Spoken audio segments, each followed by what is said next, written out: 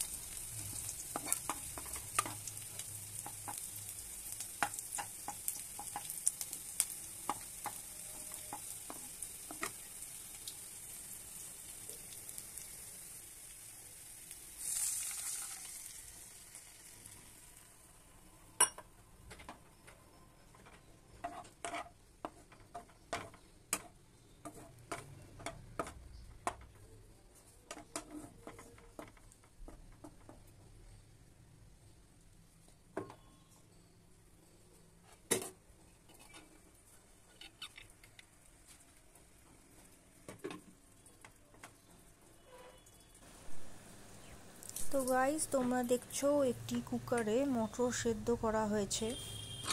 মাই এটা করে দিয়েছে মেনলি, আমি অত কুকার ইউজ করতে পারি না, কোনোদিন করিনি। এবার একটি কড়াতে জল নিয়ে সেই গরম জলে চিকেনের লেগ পিসগুলোকে আবার দেওয়া হলো সেদ্ধ করার জন্য। 10-15 মিনিট মতো সেদ্ধ হয়েছিল।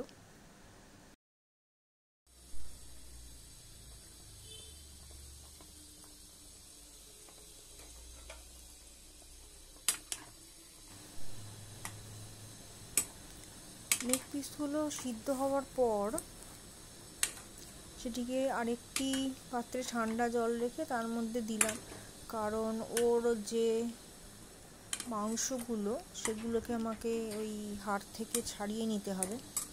তো ভেবেছিলাম খানিকটা জলের মধ্যে দেওয়ার পর ঠান্ডা হয়ে যাবে, কিন্তু প্রথমবার টাচ করার পর মোটামুটি ধরতে পারছিলাম, কিন্তু যত ভিতরে ছাড়াতে লাগলাম দেখলাম যে প্রচণ্ড গরম লাগলো। আমি তো সেভাবে রান্না করি না, তাই অত গরমের মধ্যে হাত দেওয়ার অভ্যাস নেই, তাই মাকেই বললাম যে ছাড়িয়ে দিতে।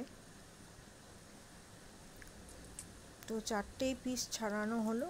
এবার তোমরা দেখতেই পাচ্ছ কতটা পরিমাণ এসছে, একটা আইডিয়া করে নিও কত গ্রাম হয়েছে।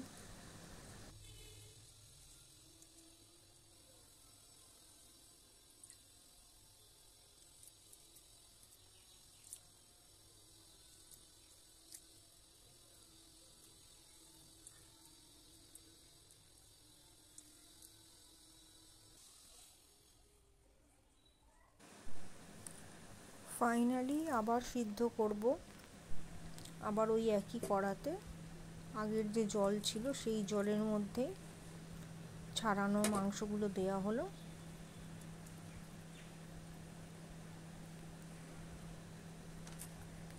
পেঁয়াজ কুচিও মিশিয়ে দিলাম।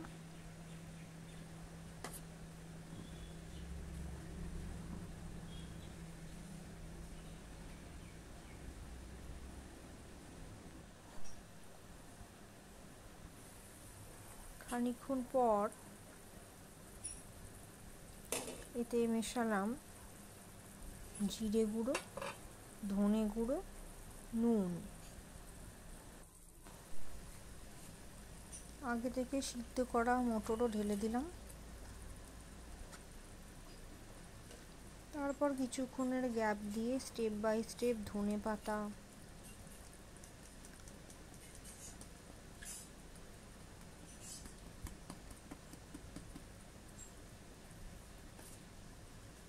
রসুন যে বাটা রাখা ছিল সেইটা মিশিয়ে দিলাম। ভালো করে খানিকক্ষণ নাড়লাম।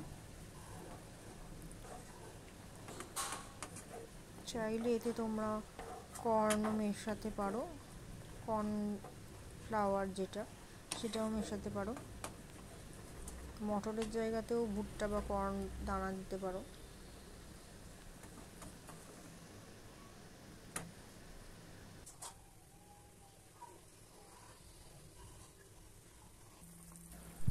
গোলমরিচের ফ্লেভার না দিলে আমার সাধারণত রান্না এরকম কিছু বানালে ভালো লাগে না, তাই জন্যে সামান্য গোলমরিচও দিলাম, ব্ল্যাক পেপার, আর লাস্টে হলুদ গুঁড়ো সামান্য, আর লঙ্কা দিলাম একটু ঝাল টেস্ট আনার জন্য। একদমই যে ঝাল হবে না সেরকমও আমি খেতে চাই না। আর লাস্টে কাগজি লেবুর রস উপরে ছড়িয়ে দিলাম। দেখে এবং খেতে তো ভালোই লাগছে। তোমরাও এই রেসিপিটা ট্রাই করতে পারো, আর সাবস্ক্রাইব করো আমার এই YouTube channel knowledge is everything. Tata.